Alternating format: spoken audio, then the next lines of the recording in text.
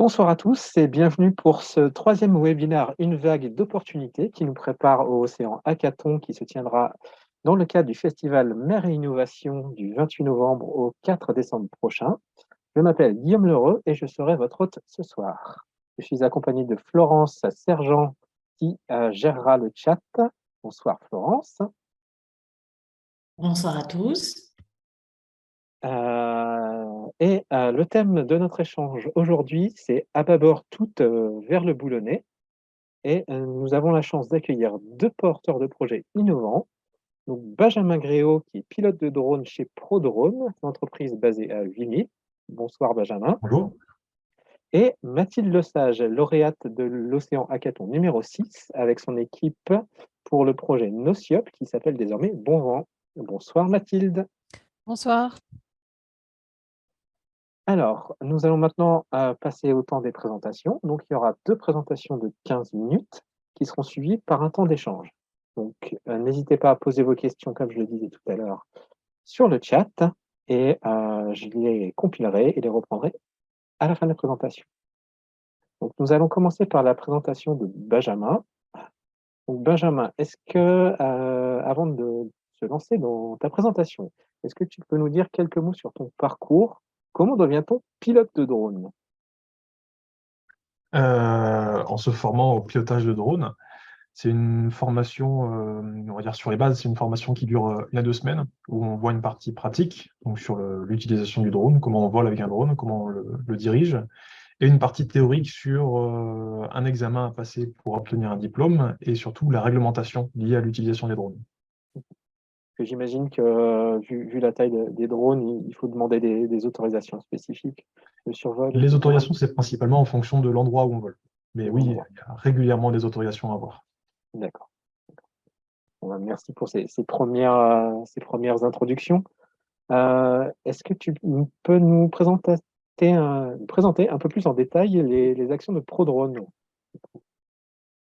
Voilà. Donc, dans un premier temps, une rapide présentation de ProDrone. Donc, c'est une entreprise qui est spécialisée, comme son nom l'indique, dans le drone. On fait de la vente de matériel, de la formation télépilote et de la prestation assez variée. On a une longue liste de drones pour chaque type de prestation.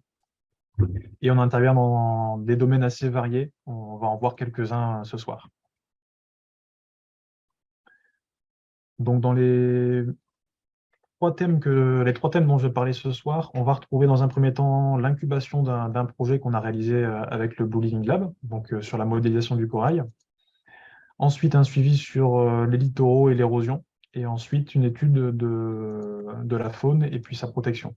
Donc tout ça, forcément, orienté avec des drones autour. Ça reste le point clé. Donc l'incubation au Blue Living Lab, c'est parti d'une méthode qu'on applique avec des drones aériens. Ça s'appelle la photogrammétrie. L'idée, c'est de prendre plein de photos sous toutes les coutures d'un sujet, d'une zone, ou en l'occurrence ici du corail. Donc avec un drone sous-marin, cette fois, hein, le drone aérien ayant un milieu différent pour son action. Donc on prend plein de photos du corail avec des drones sous-marins, et ensuite avec des logiciels dédiés, on va pouvoir assembler toutes ces images pour obtenir un modèle 3D. Donc, on a des logiciels qui sont dédiés, qu'on utilise pour la photogrammétrie. Et ensuite, dans les résultats qu'on va pouvoir attendre de ce projet, ça va être un modèle 3D de corail, et puis pouvoir suivre dans le temps son évolution. Ça permet de connaître l'état de pousse du corail, sa vitesse de pousse, ça permet de savoir un petit peu son état de santé, comment est-ce que ça évolue. Donc, on a commencé dans le bassin Reef Skipper. Donc, c'est un bassin qui est visible par le public dans la visite de Nausicaa. Ça, c'est un gros point fort de l'incubation du Blue Living Lab avec Nausicaa, c'est qu'on peut avoir accès à certaines infrastructures de Nausicaa, parce que du corail à Boulogne-sur-Mer, en milieu naturel, il n'y en a pas beaucoup. Donc, pour la photogrammétrie, ici, on n'a pas de sous-marin, c'est un petit bassin. Donc, on a commencé nos premiers tests avec juste une GoPro et une perche. On a pris plein de photos de ce bassin, un petit peu sous toutes les coutures. Et dans le logiciel, on a réussi à reproduire une modélisation 3D de ce bassin, donc avec une cage métallique qui sert de support pour la pousse du corail. Ensuite, on est parti sur un autre bassin. Donc là, c'est le bassin Lagon-Platier, donc pareil, visible dans la visite de Nausicaa. Cette fois-ci avec un drone aérien, donc un petit drone qui a survolé le bassin.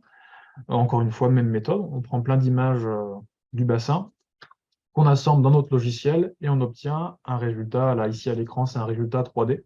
Donc, on va pouvoir naviguer à l'intérieur et voir le corail dans son volume. On peut faire des mesures sur ces modèles. C'est des modèles qui sont géoréférencés. Donc, si je mesure dans mon modèle 20 cm sur le corail, dans la réalité, on a aussi 20 cm. Donc, ça permet de faire des mesures sur la pousse si on fait un suivi dans le temps.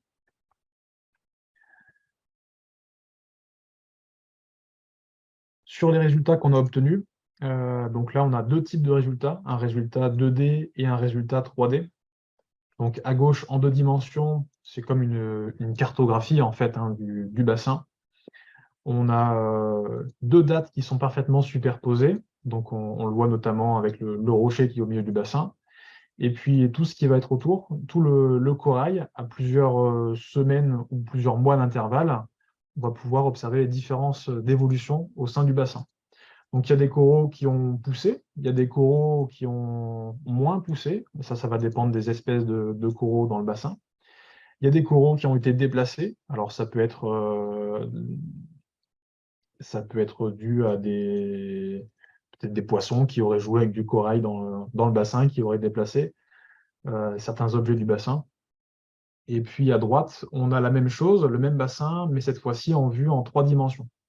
Donc, on pourrait même, sur des gros morceaux de corail, faire des mesures de volume en plus des dimensions.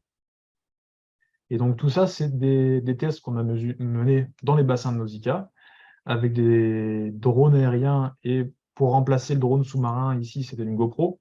Mais dans l'idée, c'est de développer une méthodologie qui fonctionne dans un milieu naturel. Donc, l'idée, une fois que ça fonctionne dans un bassin de Nausicaa, l'idée, c'est de le faire en vrai sur une vraie barrière de corail. Alors jusqu'à présent, je n'ai pas encore eu l'occasion d'aller tester ça en vrai dans un milieu naturel, mais quand j'en aurai l'occasion, je testerai évidemment la méthode qu'on a pu développer ici pendant la période d'incubation. Un deuxième projet, donc toujours là avec du drone, mais cette fois-ci du drone aérien. On va pouvoir travailler sur l'érosion des littoraux. Donc ici, on a 2 situations d'érosion, donc ça reste local, hein. On n'est pas à Boulogne-sur-Mer, mais on est dans le bassin de 800 et de Tarlingan, donc à quelques dizaines de kilomètres. On a une côte avec des dunes, et ces dunes se font ronger petit à petit par les vagues et par l'érosion.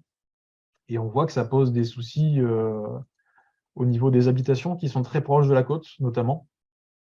Et donc l'idée, c'est de pouvoir mesurer dans le temps le recul du trait de côte. Et puis pour voir aussi, éventuellement, voir l'efficacité d'installations qui pourraient permettre de retarder cette érosion. On le voit notamment sur l'image en bas à droite. On a une partie qui est protégée sur laquelle on voit la ligne de... C'est une barrière en bois qui a été installée. Et dès qu'il n'y a plus de protection, la mer reprend ses droits et continue à creuser. Donc là, c'est une très grande cartographie. Ça représente à peu près 800 hectares, donc de toute cette baie de 800 et de Tarlingan. C'est un projet qui a pris plusieurs jours de captation. Il y a à peu près 5000 photos réalisées par drone. Et ça permet d'avoir une sorte de vue satellite, mais beaucoup plus précise, puisque le drone, forcément, est beaucoup plus proche du sol que les satellites. Donc là, sur un projet comme ça, on va avoir une précision de quelques centimètres et on va pouvoir vraiment mesurer l'évolution dans le temps de manière très précise. Donc pour réaliser un vol comme ça, il y a forcément des contraintes réglementaires et des contraintes techniques. Les contraintes réglementaires, ça va principalement être la partie de vol en agglomération, puisqu'on est fortement réduit au niveau des distances qu'on a le droit de parcourir avec le drone, et on n'a pas le droit de voler au-dessus des gens, ce qui est important à prendre en compte quand on vole en ville, évidemment. Et puis ensuite, la surface, là on a plusieurs centaines d'hectares, ça représente quand même plusieurs jours de vol en drone pour pouvoir récupérer toutes les données. Ensuite, ça passe dans le même logiciel qu'on a utilisé pour le corail. un logiciel de photogrammétrie, ça fait un petit peu comme le mode panoramique de votre téléphone, hein, sauf que là, c'est sur plusieurs milliers de photos. Et on obtient un résultat qui est géoréférencé, donc qu'on pourrait remettre dans un logiciel de cartographie ou qu'on pourrait superposer avec des vues satellites plus anciennes pour pouvoir faire la comparaison. Donc, dans le Boulonnais, on a des côtes en sable, mais on a aussi des côtes en falaise. Alors, ici, c'est sur la Normandie, mais on a les mêmes phénomènes d'érosion, même sur des littoraux en falaise. Donc, on a fait un suivi sur plusieurs saisons, sur une dizaine de plages du littoral normand. Et on rencontre les mêmes problématiques, c'est-à-dire des maisons qui se rapprochent du bord de la falaise, ou plutôt le bord de la falaise qui se rapproche des maisons. Et l'idée, c'est de pouvoir suivre toute cette évolution. Alors, même si ça évolue moins vite sur une falaise rocheuse que sur des dunes, en quelques semaines ou quelques mois, il y a quand même des zones où on voit des changements radicaux.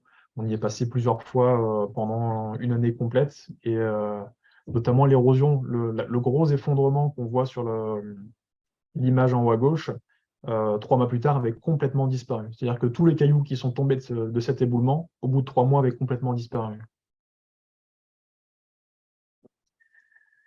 Ici, on a une superposition de la côte de 800 et donc là, littoral dunaire. Et on voit donc à 2 dates différentes le recul du trait de côte lié à l'érosion. Alors, je vous laisse essayer de deviner combien de temps il y a entre ces deux images, sachant que là, au niveau de l'échelle, on a une maison sur la gauche de l'image, donc le recul est de plusieurs mètres. Et c'est assez surprenant, mais en fait, il n'y a que 5 jours entre les 2 dates de passage. Et ça montre vraiment l'importance et la préoccupation urgente qu'on doit avoir pour ces problématiques d'érosion.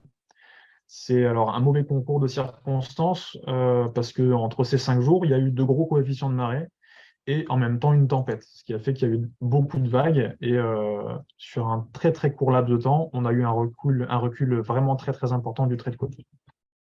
Et puis, on voit aussi qu'il y a une maison qui est juste à côté, qui est en sursis. Comme on fait une cartographie, une modélisation complète du secteur qu'on étudie, on a aussi le relief et la topographie du site. Ça va permettre d'obtenir un modèle numérique de terrain et de pouvoir faire des simulations sur la montée des eaux et savoir jusqu'où pourrait aller l'eau si jamais elle passe le cordon dunaire. Donc là, on a des simulations avec des valeurs qui correspondent à des coefficients de marée et des niveaux de pression atmosphérique. Et on se rend compte que si jamais on n'a pas de chance et que tous les voyants sont rouges, niveau météo, coefficient de marée, tempête, etc., on peut avoir de l'eau qui rentre vraiment très loin dans le littoral. C'est une zone qui n'est pas très haute, très peu d'altitude. Et la mer pourrait vraiment, d'ici quelques mois ou quelques années, rentrer vraiment dans le littoral assez loin. Un autre type de cartographie, cette fois-ci avec des capteurs non pas photographiques classiques, mais des capteurs multispectraux. C'est-à-dire que c'est des capteurs qui vont enregistrer des fréquences, des longueurs d'onde sur des plantes. Et ça permet de cartographier non pas le sable ou les rochers, mais les plantes et de les différencier, de les discriminer. Donc là, c'est une cartographie qui a été réalisée pour le CNRS sur la plage de la Sirène, donc à côté du Cap Grisnez. Et donc, toujours par drone aérien, on va pouvoir emporter des capteurs un petit peu particuliers pour mesurer différents paramètres sur le littoral. Donc ici, là, c'était pour discriminer des algues.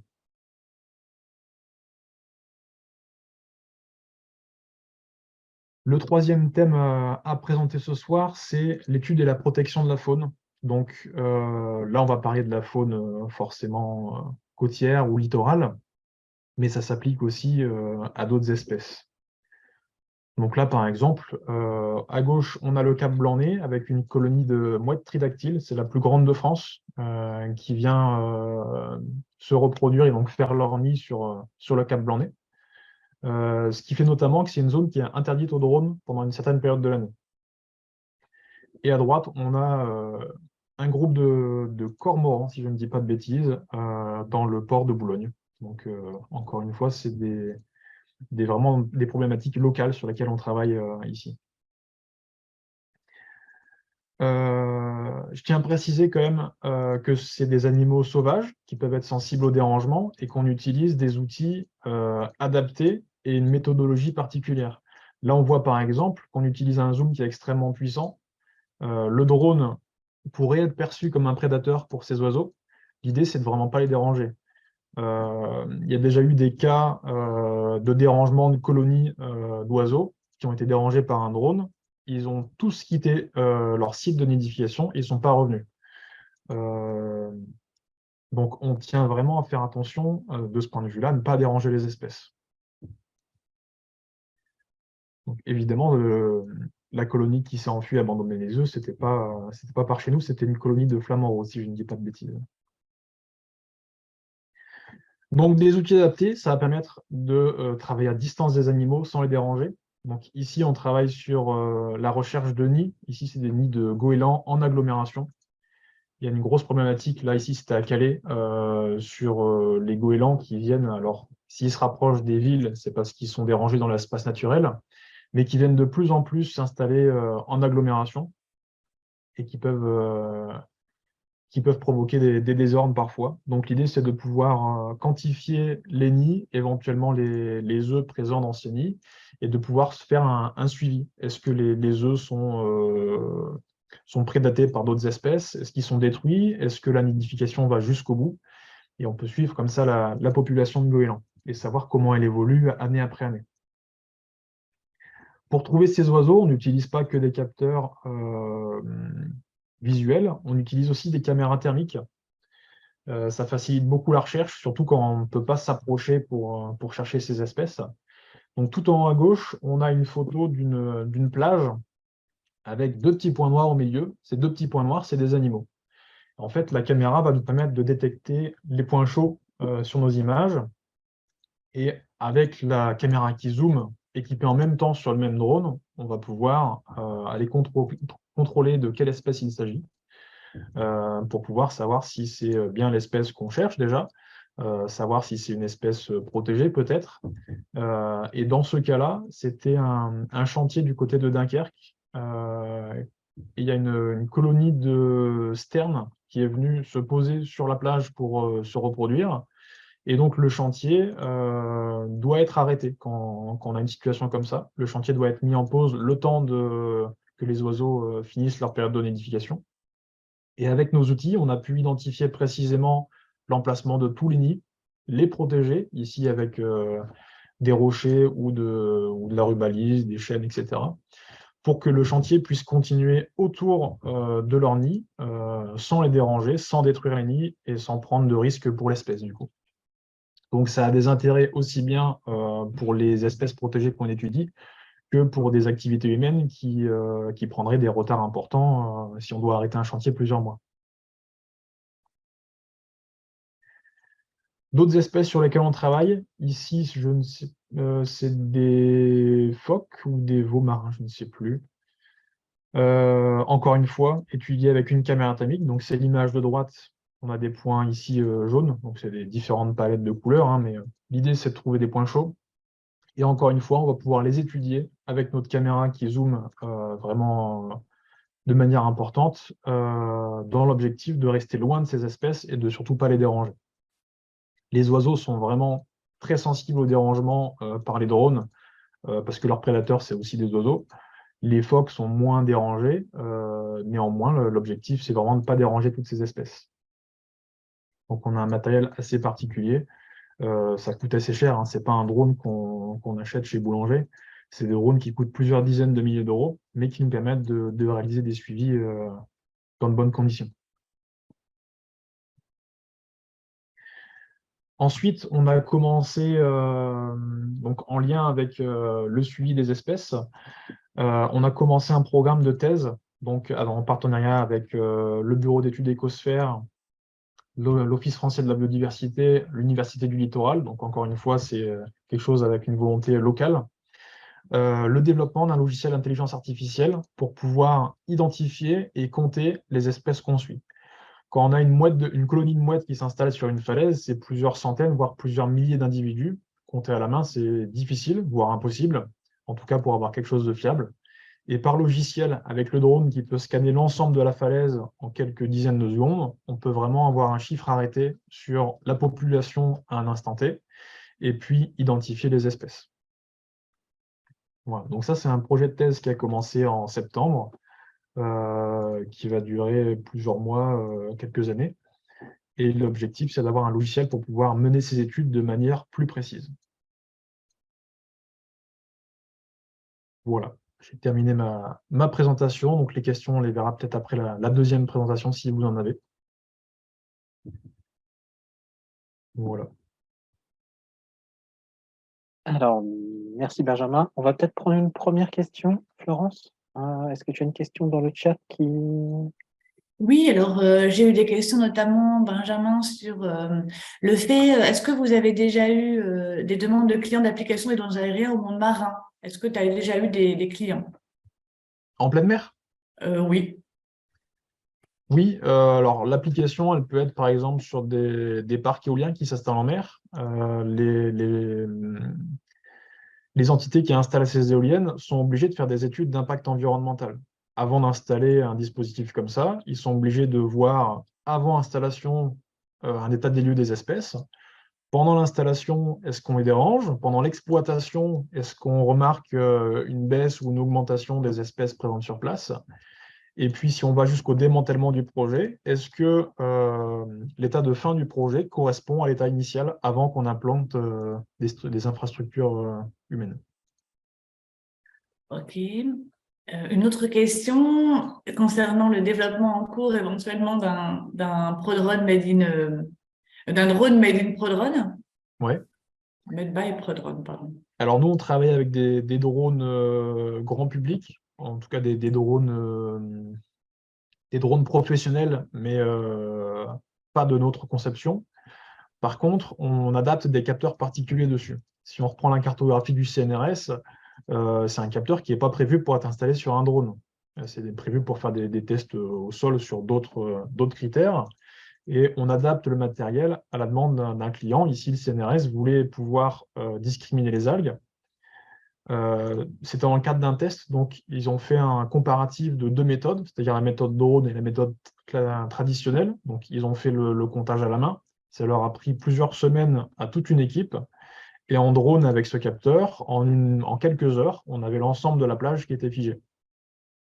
Donc on a un gain d'efficacité en adaptant les outils aux besoins du client. Très bien, c'est toutes les questions. Alors, attends, hop, merci, voilà. Donc, c'est bon. Les questions, on peut passer peut-être à Mathilde, parce qu'il y aura certainement aussi des questions suite à sa présentation. Merci Benjamin. Donc maintenant, nous allons passer à la présentation de Mathilde Lesage. Donc Oui, Mathilde, oui. Je vais simplement partager mon écran. Alors, Avant de commencer, est-ce que je peux te demander peut-être de dire quelques mots sur ton parcours? ben, mon parcours, il est semé de surprises et d'embûches. Non, je rigole. En fait, actuellement, je suis salariée dans une entreprise qui qui vend les fournitures de bureau.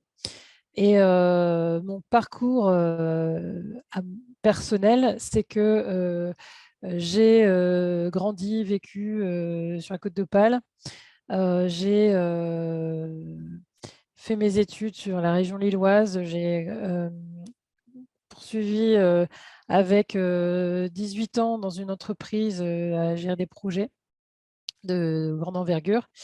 Et aujourd'hui, j'ai l'intention de venir revivre sur la Côte d'Opale, mais en même temps de prendre un virage professionnel et de m'investir sur tous les sujets qui tournent autour de la mer, de l'innovation et le développement durable.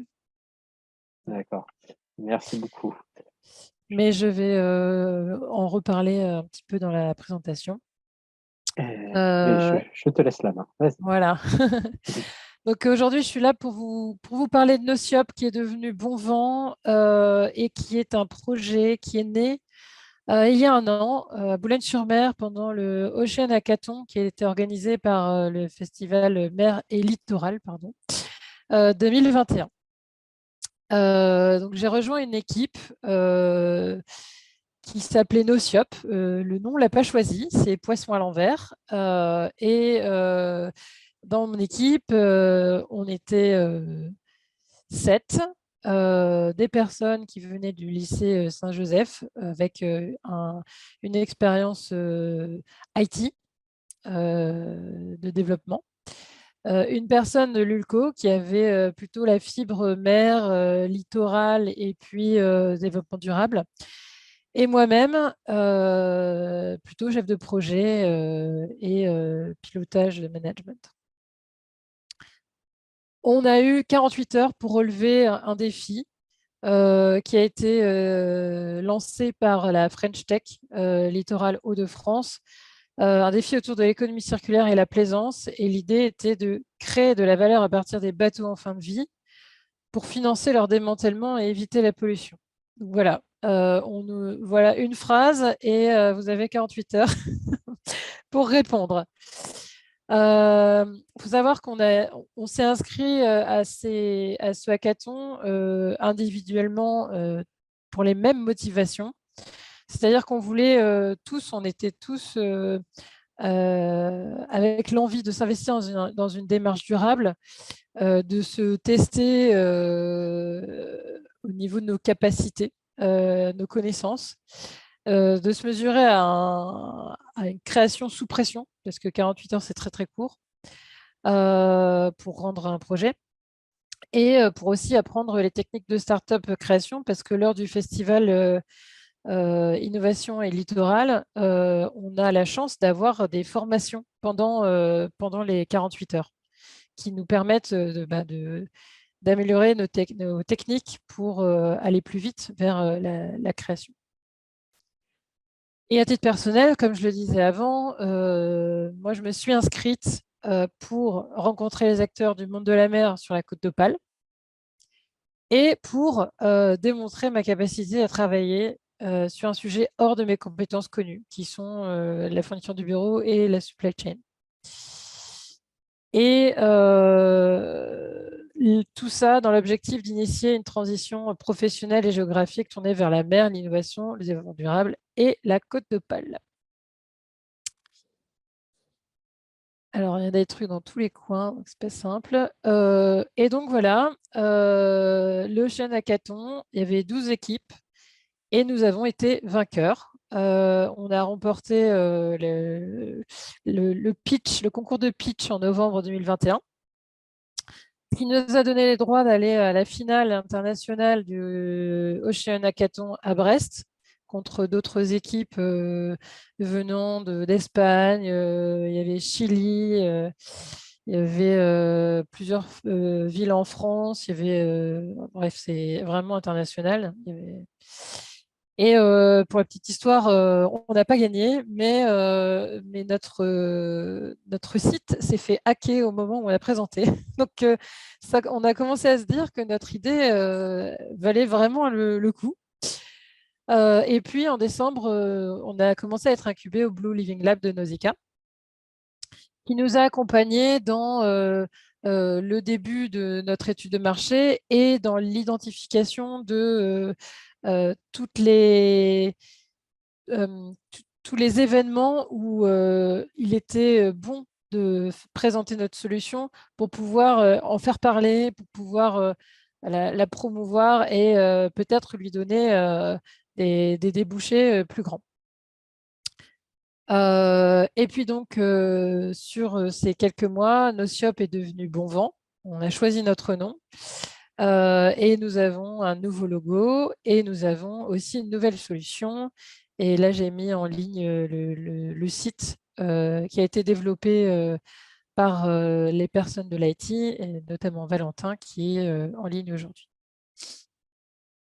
J'imagine que vous êtes curieux de savoir ce qu'est Bon Vent et, et qu'est-ce que ça propose. C'est parti.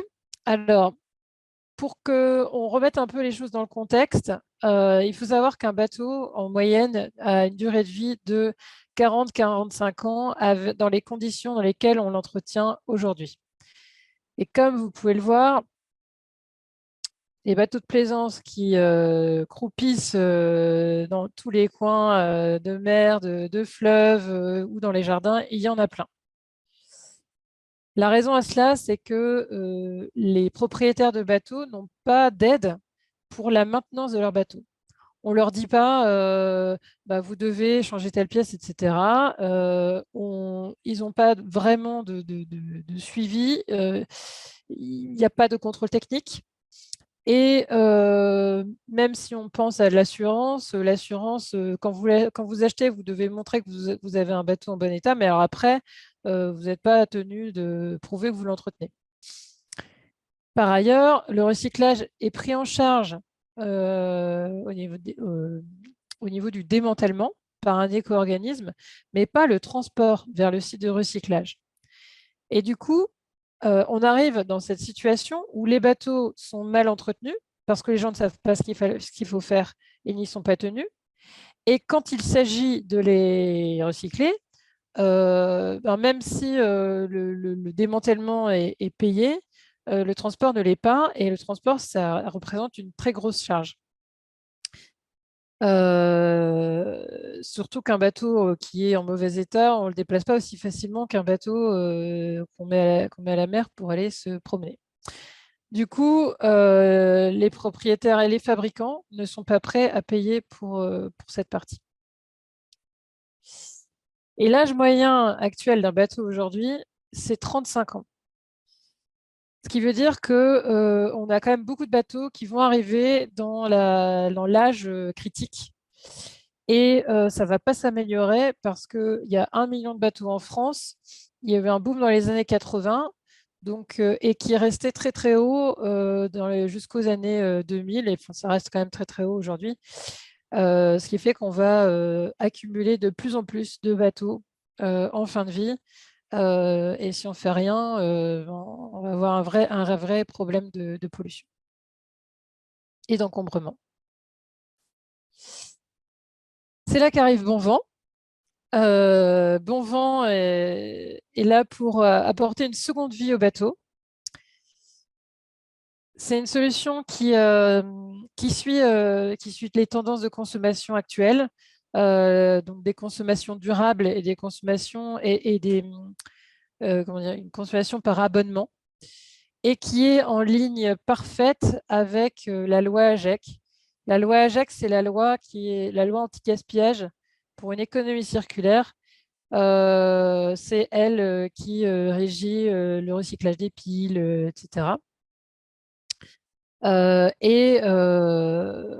Bonvent s'inscrit parfaitement dans cette loi puisque Bonvent va apporter une solution d'économie circulaire, va favoriser la réutilisation et le recyclage.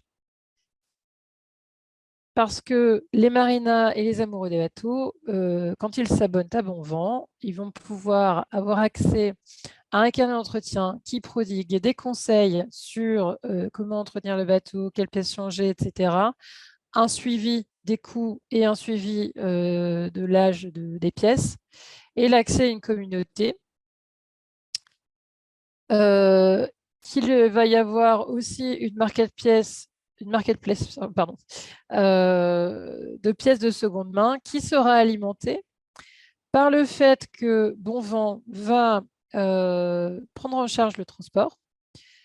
Donc, il va couvrir les coûts logistiques, rendre le recyclage possible et en faisant cette opération, prélever les pièces de seconde main pour pouvoir les stocker et les mettre en vente sur la marketplace. Donc, en fait, l'idée, c'est vraiment de rendre possible le recyclage en permettant la réutilisation de pièces détachées et en permettant une seconde vie au bateau. Ce qui est vraiment crucial dans l'étude de marché qu'on a menée, c'est que les marinas ont envie de se débarrasser des bateaux qui traînent. Donc, eux, leur intérêt, c'est que le recyclage se fasse. Les propriétaires de bateaux, leur intérêt, c'est que leur bateau soit en bon état parce qu'ils ils aiment leur bateau. Même s'ils ne savent pas l'entretenir, ils adorent leur bateau. Donc, l'idée, c'est vraiment de répondre à cette problématique et à ces deux types de clientèle, en réalité. Et d'adresser le problème de la pollution et de la réutilisation des pièces détachées. Donc, vous l'aurez compris, le modèle économique est le suivant. Les abonnements à bon vent permettant d'accéder à ce carnet d'entretien à des prix plus intéressants sur la marketplace et les recettes des ventes de pièces détachées de seconde main vont financer la solution et la structure et le transport des bateaux à recycler. Le résultat, c'est qu'avec notre solution, on envisage d'avoir 3 000 à 5 000 bateaux recyclés par an, réduisant évidemment la pollution et le nombre de places occupées dans les ports par ces bateaux qui ne bougent pas. Et les autres bateaux seront en meilleur état, rendant les amoureux du bateau et les marinas bien plus contentes qu'aujourd'hui. Et qu'est-ce qui va se passer pour Bon Vent demain? Alors, j'ai voulu faire un petit résumé de là où on a été et ce qui s'était passé en plus. Donc, il y a eu le hackathon en novembre, l'incubation en décembre. Le premier prix, parce qu'on n'a pas arrêté de vendre notre solution, on est allé au Week-end Innovation Tourisme au Touquet et on a remporté le premier prix. On a eu du coup le soutien de l'ADEME et qui a démarré une étude pour compléter ce qu'on avait déjà identifié.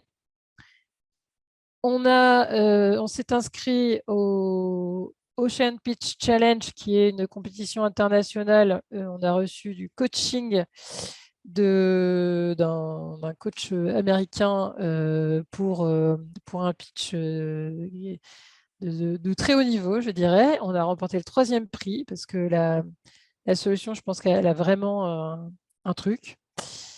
On a eu nos premiers contacts avec l'APER, qui est l'éco-organisme qui prend en charge le démantèlement des bateaux. On a eu et gagné, et du coup, on a eu une formation à la création d'entreprise. On a eu la restitution de l'ADEME en septembre. Il y a l'APER qui vient de reprendre contact avec nous là en novembre. Et l'idée, c'est de trouver un alignement avec l'APER, l'ADEME et Bon Vent sur décembre. En tout cas, on vise ça. L'idée, c'est de clarifier la position de l'APER avec l'ADEME, avec le support de l'ADEME, parce que en réalité, tous les éco-organismes doivent prendre en charge le transport. Mais lors de nos échanges avec l'APER, ils ne semblaient pas prêts à prendre en charge ce transport et ils souhaitaient un peu rediscuter ce périmètre avec le gouvernement. Et il s'avère que l'ADEME a été missionnée par le gouvernement pour faire appliquer la loi AGEC. Et chance pour nous, on est soutenu par l'ADEME. Donc l'idée, c'est vraiment de trouver un terrain d'entente ou en tout cas de clarifier les positions et les périmètres avec l'ADEME et avec l'APER afin de valider ou pas notre modèle économique. J'en ai fini avec la présentation. J'espère que ça vous a plu. Je pense que le cœur de cette présentation, c'est vraiment de mettre en évidence que le Ocean Hackathon, c'est du concret. Ce n'est pas simplement un week-end où on fait un exercice de style. Derrière, il peut vraiment se passer des choses impactantes, parce qu'aujourd'hui, on est en train de discuter avec des entités nationales et que on est en train de discuter, de faire bouger les lignes sur des lois, ou alors en tout cas de clarifier des zones grises. Donc, on est parti d'un challenge personnel et collectif pour arriver à un projet qui fait vraiment du sens, qui est pertinent et qui, à chaque fois qu'il est présenté, suscite la curiosité de beaucoup de gens. Merci beaucoup Mathilde, c'était passionnant. Florence, est-ce que l'on a des questions sur le chat? Pour le moment, pas de questions, mais je pense que certains vont prendre la parole. Ah, C'est tout à fait bienvenu également, puisque tu as une question, toi, d'accord. Benjamin. Moi, j'ai peut-être une question déjà pour commencer peut-être débloquer la discussion. Du coup, Mathilde, si tout se passe bien, à quelle échéance on peut imaginer voir Bonvent recycler ses premiers bateaux? Alors malheureusement, je ne peux pas répondre à cette question parce que pour moi, tout va dépendre de ce qu'on arrive à débloquer avec la paire et l'ADEME.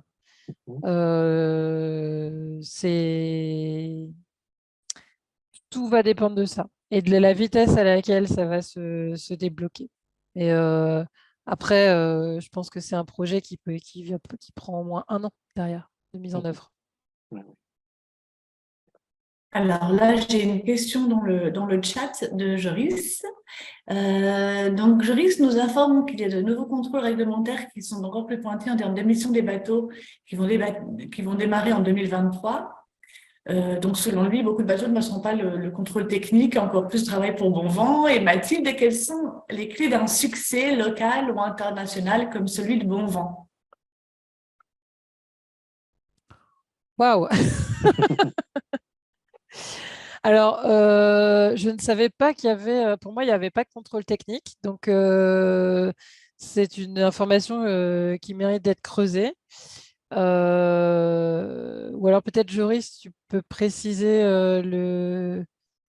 Joris, n'hésite l'information. pas à Oui, ce prendre sera la mieux, ce parole. sera mieux.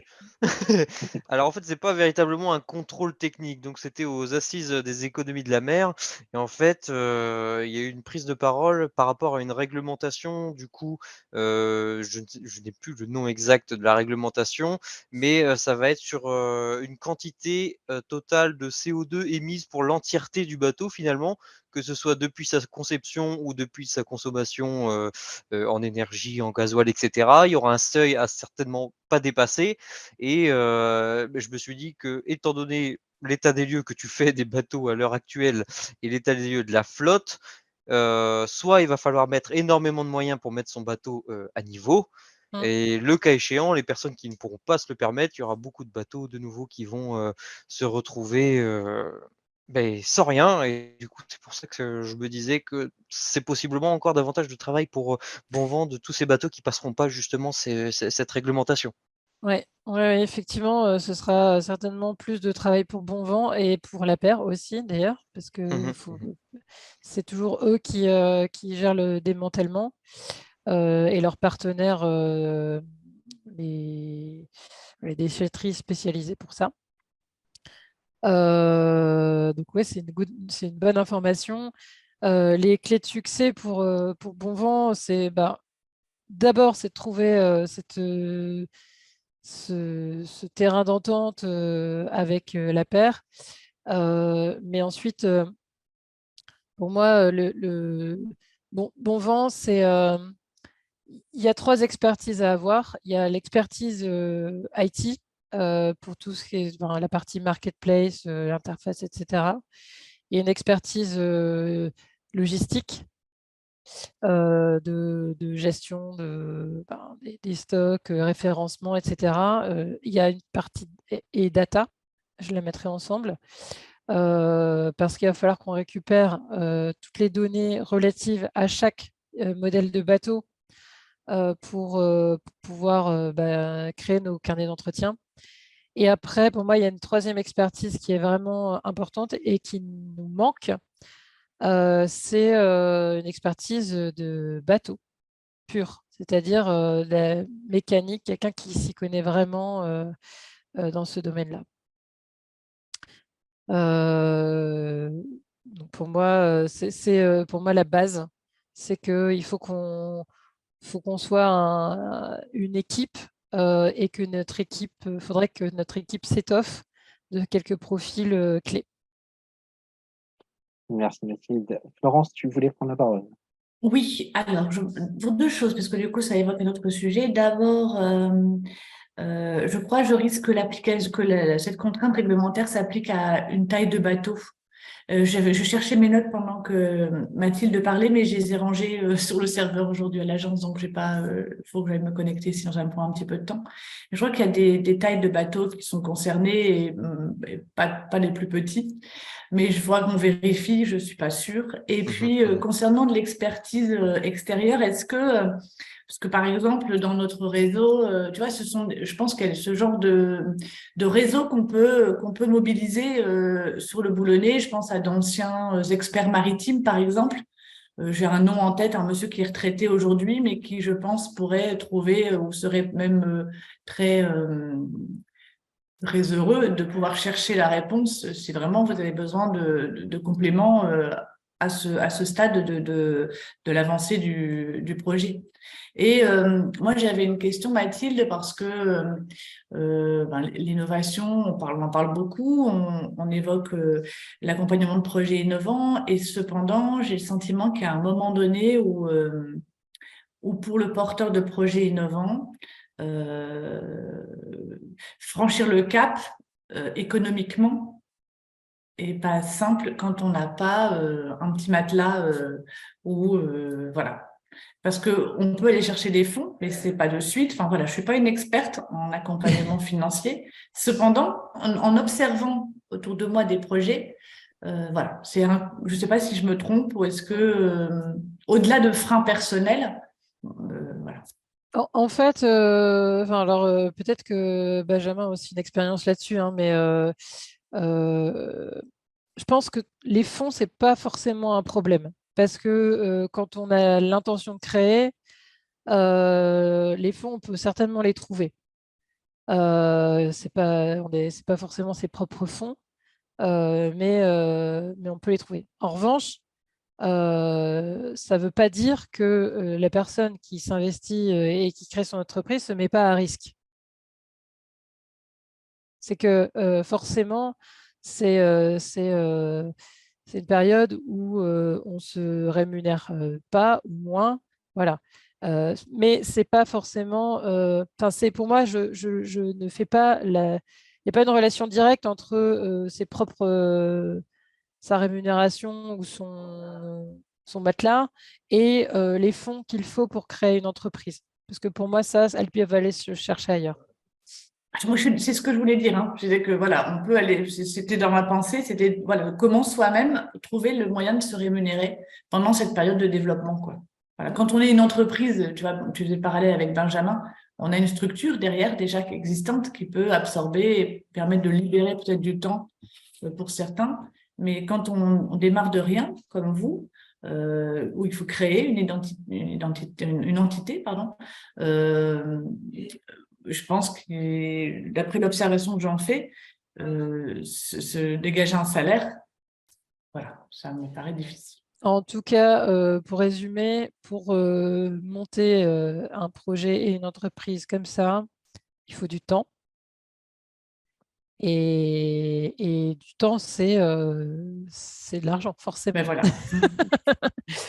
Et de mon point de vue, il faut du temps, beaucoup de temps, de la disponibilité, et il faut, pour moi, ce n'est pas quelque chose qui se fait tout seul. C'est un projet qui a besoin d'être discuté, challengé.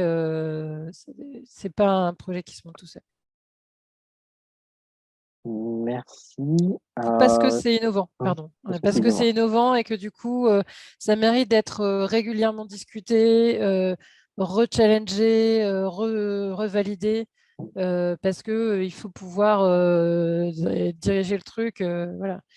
Je fais souvent le parallèle en disant c'est pas une pizzeria qu'on ouvre, quoi. On n'a pas un référentiel, c'est vraiment une activité nouvelle qui n'a pas son pareil, et donc il faut tout construire. Merci. Peut-être une dernière question avant de conclure. Benjamin, Mathilde, est-ce que vous auriez des conseils à donner aux participants du Hackathon? Je laisse la main à Benjamin, vas-y. Alors moi, personnellement, le hackathon, je n'y ai pas participé, donc je ne sais pas exactement comment ça se déroule.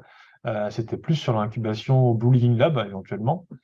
Par contre, j'ai mon petit frère qui a participé au hackathon il y a 2 ans, je crois. Et il avait, je sais plus son projet, mais l'idée, c'est d'avoir une idée, justement. Il faut quelque chose d'innovant et puis trouver comment le réaliser. Mathilde, un petit complément peut-être. Oui, alors moi j'y ai participé l'année dernière, donc c'est encore assez frais. Le conseil que je pourrais donner aux personnes qui se sont inscrites ou qui ont envie de s'inscrire, alors déjà ceux qui ont envie de s'inscrire, faites-le parce que c'est vraiment une expérience géniale. Et pour toutes les personnes qui vont se lancer dans quelques semaines dans ce week-end, le conseil que je peux donner, c'est de rester très ouvert à toute proposition, à toute idée qu'on peut avoir, que les autres peuvent avoir. Personne n'est dans sa zone de confort pendant le hackathon. On sort tous de ce qu'on a l'habitude de faire. Pour vous donner un exemple, j'étais avec essentiellement des personnes qui faisaient du développement IT et le projet, c'était essentiellement faire un modèle économique. Et ben, ça ne les a pas découragés. On a réfléchi ensemble, on a trouvé le modèle ensemble, on a fait des calculs de business plan ensemble. Et voilà, je pense que c'est vraiment le conseil que je donne, c'est sortez de votre zone de confort. C'est là où on est le plus fier et où on apprend le plus de choses. Eh bien, merci beaucoup pour ce complément. Est venu le temps de conclure. Donc, merci Benjamin, merci Mathilde pour vos précieuses partages d'informations.